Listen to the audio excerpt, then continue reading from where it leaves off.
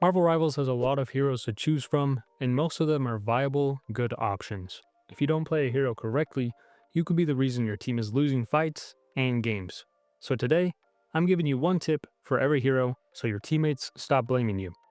Starting off with Adam Warlock, he's meant to do high burst healing, while your other healer or healers are meant to keep your teammates topped off.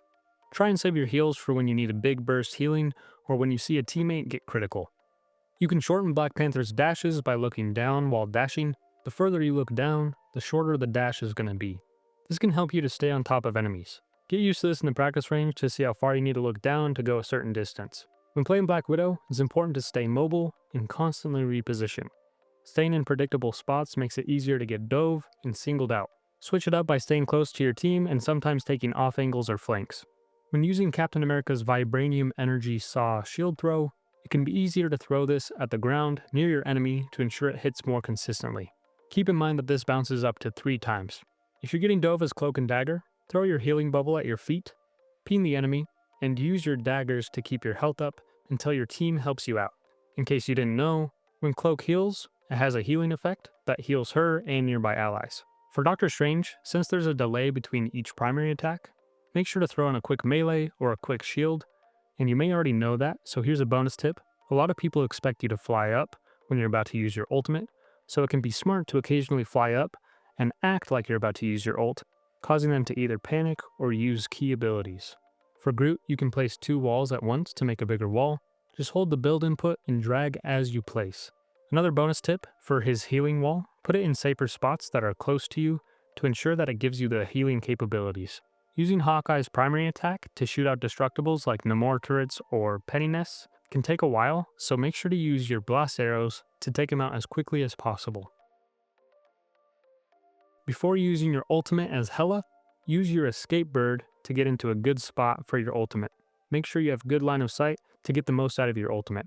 And by the time your ultimate is out, your bird will be ready to use again. As Hulk, when you're diving squishies, don't use it on the person that you're attacking, use it on people that would support the person you're attacking. For example, stun a healer or stun a tank. This takes away their source of survivability and can make it easier to kill them. As Human Torch, you want to constantly hold down your fly input, even when you're shooting. When you stop shooting, this makes you faster and harder to hit.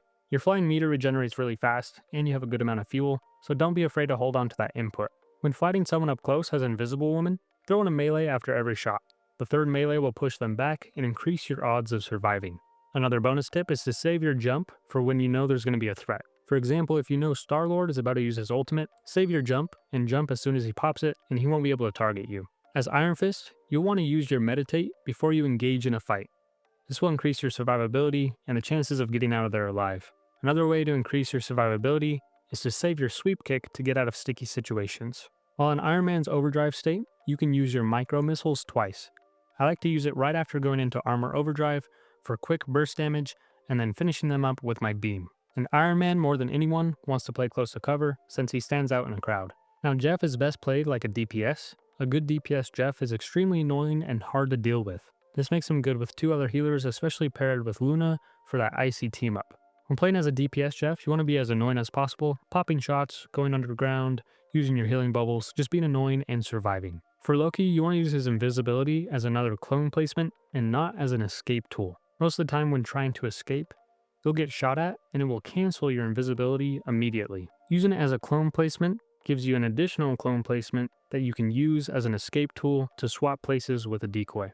As Luna Snow, if you want to do good group healing and damage at the same time, Luna's clap not only heals herself, but it pierces through allies and enemies. If you find good bottlenecks and choke points, make sure to use this. As far as teammates that you want to put your snowflake on, usually you want to put this on dive characters, mainly your DPS. The number 1 tip for Magik is playing your life and knowing when to go for a kill and knowing when it's too risky. Another bonus tip is you can cancel your charging up slash with your portal. For Magneto, always look to bubble your supports, your diving teammates, or certain teammates in their ultimate. Only use your bubble on yourself in emergencies. As Mantis, you want to constantly give yourself a damage boost. You should always have those up arrows on your screen. If you're hitting your headshots, you'll have really high damage output while having enough leaves to heal your team. When playing Mr. Fantastic, you want to use your ultimate at the tail end of being inflated. This will give you more health in your ultimate and will extend the duration of your inflated state. When using Moon Knight's ultimate, you want to place your Ankh in the middle of it to keep enemies within the ultimate. Namor's turrets will target whatever you hit with your primary attack and your spear, so try to focus on squish your enemies with this to burst them down. His turrets will also hit wherever your spear hits, no matter how far, and even if it doesn't hit an enemy. To maximize Peni Parker's mobility, you can use her nests to move faster. Just place the nest down and then pick it up and repeat. You can also throw in her web dash to be even faster. This is really important for Peni Parker because you want to get to areas first so you can set up your nest. For Psylocke, if you didn't know, her dash will return her shurikens. This means you don't have to press your shuriken input twice in certain combos. It's also important to remember that her shurikens will return based off of where your crosshair is. So even if you miss your shurikens, make sure to aim your crosshair where you want them to return. When using Rocket Raccoon's dash, you can go further with his dash when used off of a wall. And a bonus tip is to use his ultimate with other ultimates like Namor and Venom to maximize their damage output. The outer ring of Namor's ultimate can actually one-hit squishies thanks to Rocket Raccoon's ultimate. For Scarlet Witch, you really want to practice your aim. It's really hard to aim on this character. No, I'm just kidding. You want to communicate when your ultimate is ready so your team knows to help you out. Having a Magneto bubble, a support ult, or a diving teammate to distract them, this can help you land your ult more consistently. And then you can also combo your ult with Doctor Strange's portal. If done correctly, the enemy team won't hear that your ultimate is going off. For Spider-Man, you can change your get over here, targeting keybind, to a different input, allowing you to pull enemies towards you even when they're marked. As Squirrel Girl, sometimes it can be smart to bounce her shots rather than aiming directly at a target, and this will do area of effect damage to multiple targets, and it can be easier to hit and more forgiving. When using Star-Lord's Blaster Barrage, his ability where he spins around and does damage, use your fly ability to be quicker and harder to hit. Make sure to go up and down to be unpredictable. For Storm, sometimes a speed boost is more useful than a damage boost to help you get through hard choke points or close the distance with the other team. Positioning is everything, so getting to a spot quicker can be the difference in a fight. Know when to use a damage boost, and know when to speed things up. If you need to take space or get to a certain spot, use your speed boost, and if you have a teammate ulting, or if you have a support ult up, use your damage boost. When changing weapons as Punisher, your stowed weapon will automatically reload after about 4 seconds. The thing's Stone Haymaker punch is slow on the ground, but if you jump, you'll be a lot quicker.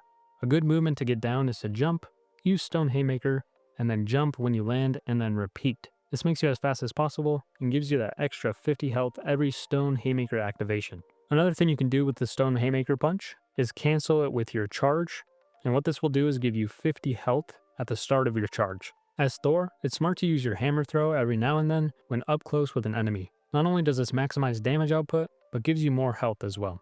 For Venom, when you can, engage with your diving strike from a wall or ceiling rather than using your swing. Having your swing to escape when needed is essential. When pulling someone in as Winter Soldier, pull a 180 and use your dash to bring them closer to your team. This maximizes your displacement capabilities. And last but not least, Wolverine. You're going to want to learn a different hero since he's always banned. But if you do get to play him, after 4 primary attacks, there will be a short delay before you attack again, and you can use this time to use your short dash to maximize your damage output. That's all the tips that I have. It was hard to narrow down one tip for every hero. There's a lot of tips for every single hero, so if I missed an important one, make sure to drop it down in the comments. We're all here to learn, and we can learn from each other. Hopefully these tips were helpful, and as always, with great power comes great responsibility, and yours is to hit that like and subscribe. See you guys in the next one.